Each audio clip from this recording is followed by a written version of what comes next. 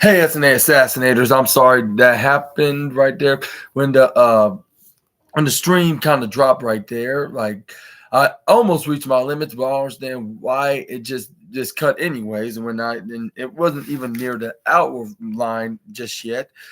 But yeah, I'm back here with the second clip of the Friday Night SmackDown review. This is where we got you got the comeback of Tommaso Ciampa in this tag team match in the semifinals against Pretty Deadly. This is where he hit the double clothesline after ducking out of their double clothesline. This is where then we got Tommaso Ciampa duck and then hit a reverse DDT. And then this is where then we got Tommaso Ciampa then hit a ripcord discus forearm right into the jaw of Elton Prince. He tags in his partner Gargano. He goes for a back suplex while Johnny Gargano hits a spear. This is where then we got Tommaso Ciampa then try to go for a cover, but this is where we got Elton Prince kicks out at the last second of 2.999999999. Double triple nine minus 0.1 away from being 3.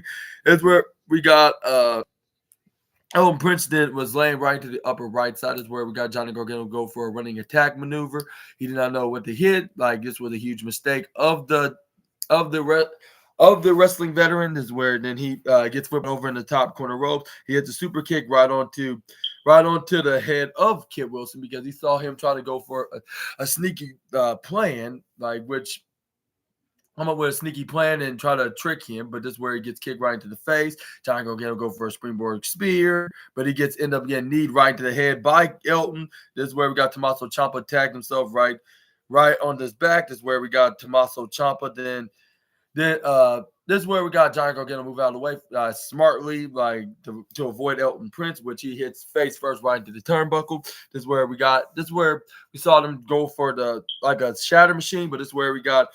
This is where then we got Elton Prince then counter, flip right over to a roll-up. This is where he gets hit with a big uppercut right into the face of Tommaso Ciampa. This is where we got. This is where then they tried to go for a PD. What's that? A PDU, I believe that's what Wade Barrett described it. Or no, like no, a P.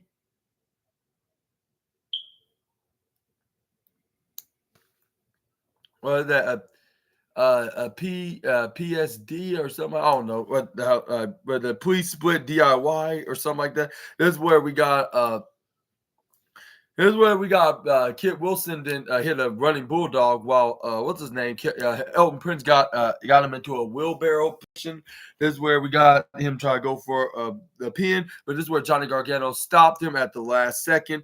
But yeah, because if he would have, if he didn't, because if he didn't, then Pretty Deadly will emerge victorious, and they will be going at the defeat. I mean, taking on the Street Profits, and they would have gotten away with it if it wasn't for that meddling wrestling freak. I guess what they see him in their eyes. But this is where we got Elton Prince then tried to grab Johnny Gargano, but this is where Johnny then started whacking him with left forearms right into the face. This is where we got Johnny Gargano then try to go for a super kick on the Kid Wilson, but this is where we got Elton Prince was a good friend to take the bullet and get super kick by pushing what's his name, his partner Kid Wilson right into the upper corner. This is where he goes right up in the ropes. He flip right over. He hits him with a rebound clothesline, like if he's the new Dean Ambrose of WWE. But this is where Tommaso Ciampa started hitting some big upper hand chops, which I believe the Ling General and current world heavyweight champion wouldn't be very appreciative, which he probably got the number one spot of that night, like in WWE side, of course. But Gunther must be thinking even though he's not an AEW guy, I'm still gonna give him a warning. And if the next time we see him, and he better be glad that he's on this show on SmackDown. And you better hope that I don't come to that show. He doesn't come over here to Raw, which most likely that will be the case. Like the only way we're gonna see each other again. You better hope and pray that I don't murk him like if he is in that other company that's god awful, like with the wrestlers mocking me with my chops. And this is where we got Tommaso Ciampa then then gets uppercut right into the jaw. This is where we got they're doing pretty deadly to try to go for their spine buster clothesline double team combo maneuver. But once Elton Prince tried to go for the left side where Johnny Gargano was hanging on off of into the left apron, he hits a springboard spear right onto him. Tommaso Ciampa hit the sunset flip right onto Elton Prince. He hit a knee strike right onto him. This is where he tags in Johnny Gargano next, where he hits go for a flapjack like maneuver, while Johnny Gargano jumped right underneath Elton Prince's head. He hits a code breaker while Tommaso with the flapjack, which it's called the Shatter Machine, also known as, which they must have learned from FTR. And this is where then we got then they follow that up with meet me in the middle, I believe, finishing maneuver, which with Johnny Gargano with the super kick, and then Tommaso Ciampa in the knee strike, put together right onto Elton Prince's head. They got the 1, 2, 3, and they're going to be in the semifinals against the Street Profits next week. And the winner of that match will indeed get a guaranteed shot against Solo's bloodlines of the Tongans of Tama Tonga and Tonga Loa. And yeah, it has me it's kind of had me suspicious about the Bloodlines tag team titles of the side plates. Like it showed, if you notice and you pay attention closely, like it says DIY still on the side plates. Like if WWE forgot to update them, but it may seem like that they won't be tag team titles for long. Either that, or I totally forgot about those, or even forgot about even putting them on the belt, or even or don't have their custom side plates yet. They haven't got them delivered yet, or even let alone even ready, like for them to be on the belts. Like maybe they got delayed or something, perhaps. But yeah, it's gonna be in a different video for a different day. But let's move on. Let's talk about what Solo had to say, which is the usual acknowledge me demands to the fans, but this time in Tulsa is where, but he's like, well, I'm out here because I hear Roman Reigns gonna be out here tonight making his SmackDown return. Well, if that's true, Roman, get your cowardly ass down here right here at this instant. Your cousin, the real tribal chief, had something to say, and I was like, like I'm not sure if that's a good idea. And I was telling the Solo, like when I was watching on the TV screen, well, this is where Solo got his wish, and it's not in a good way. And Roman indeed was there, and he was not very happy with Solo. But anyways, this is where we got the Tama Tonga that informed Solo Sikoa that Roman Reigns is not here tonight, and I was thinking to myself, like, he's either lying or he did not look hard enough on where Roman Reigns could possibly be. Like how do y'all not know? Like he just not arrived into the building now, like, and he was just hiding from you guys, like outside the venue. Which that must have been the case, because if they couldn't find him anywhere in the arena, like he must be waiting outside of the building in his car, and then this is where when the time is right, like for him to come out, like he's gonna do so by going straight into the straight on the stage and then inside the squared circle, which that was the case right here. Roman Reigns then clean out the bloodline once Solo trying to send both Tama Tonga and Tonga Loa out there to take out Roman, but that plan went backfired. Is where he hit some uppercuts, sent him right to either Symbol of Steel Steps or Barry's Tombstone over in the corner barricade. This is where we got Roman Reigns, and then went straight after Solo next, like then playing wrestling tennis and start throwing fists at one another. Fans were chanting like OTC. OTC.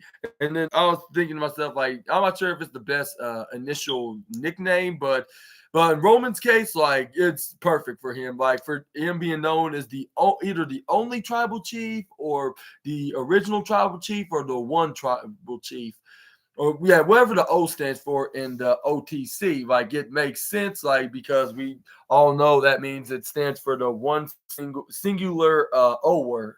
one of them, I should say, out of the three. What if it's only one or original?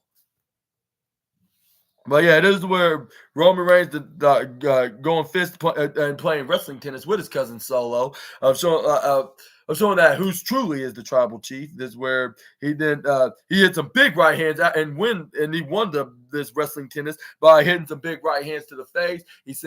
He cornered Solo Sikoa right into the upper right side, but this is where Solo boots him right to the face. This is where Solo Sikoa tried to run and attack him. I believe tried to go for a spike, but he did it all wildly. And then this is where Roman Reigns then got right back up and hit a big Superman punch like he's Superman in WWE, which that's most likely they're booking him as in this storyline with Solo trying to replace him, but there's no way that he can replace him, even if Roman either retired or something tragic happened to him, which fortunately that none of that stuff occurred. Like it was just taking a hiatus, and then he's working on his other profession, which is acting. But this is where once Roman Reigns was about to go for a spear, this is where we got Tonga Loa save Solo. Once he tried to attempt to go for a spear, but yeah, it was too late. Like he got dragged out of the ring by Loa. This is where Roman Reigns spotted his his leg necklace. What's that?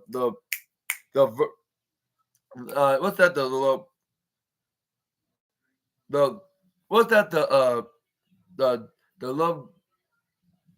Levia. What's that called? What was that name of that necklace? The Ulafala, that's what it's called. Yeah, the Ulafala. That's why it's the Ulafala. That's what the name of that red lane necklace that Roman Reigns used to wear. But yeah, this is where he tried to recapture it, but make it his. But this is where Tama Tonga came in and attacked him from behind. This was a 2-on-1 beatdown for a couple of minutes until Roman Reigns started laying out both of the brothers with the Superman punch. This is where Roman Reigns was like, and this one's for you, Solo. This is where he's like, the OTC is back, and this is where he's like, and this is where I believe he spared Tama Tonga, I believe. No, it was Tonga Loa. Yeah.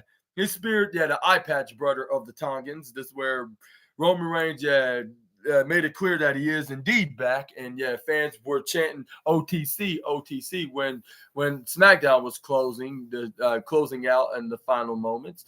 But what are your thoughts on the last night's SmackDown? Do you think that deserves like a 4, maybe 5 stars? Let me know in the comments down below.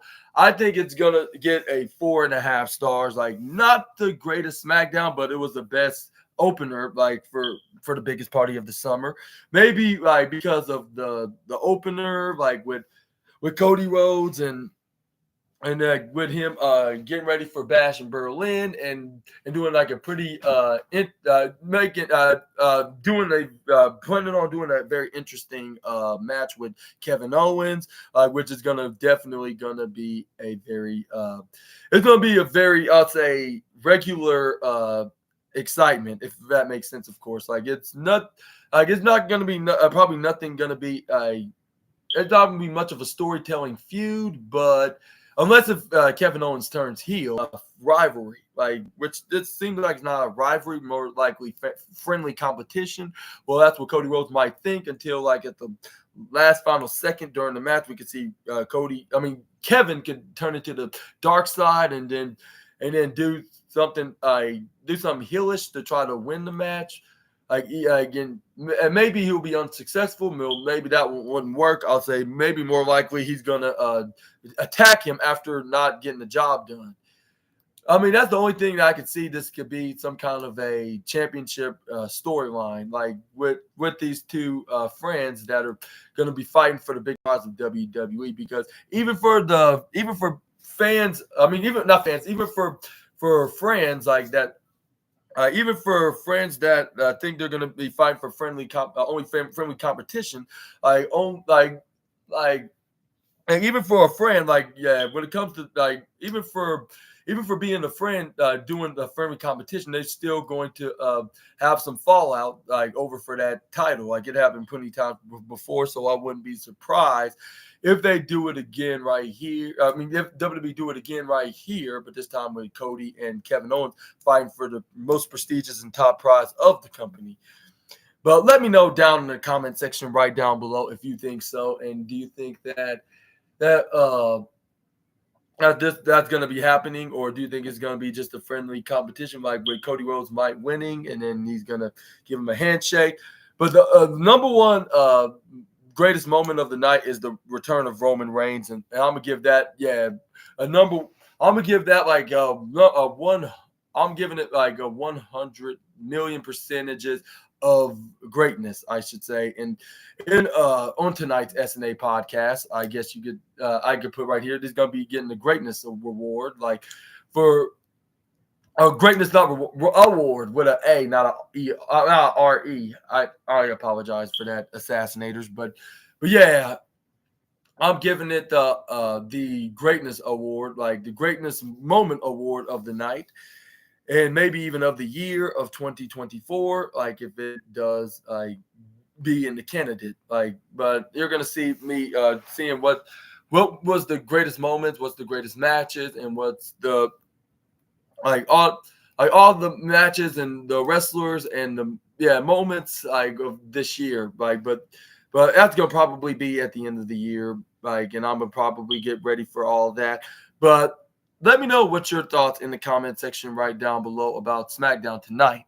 And and which match was your favorite out of match, and not only matches but segments as well?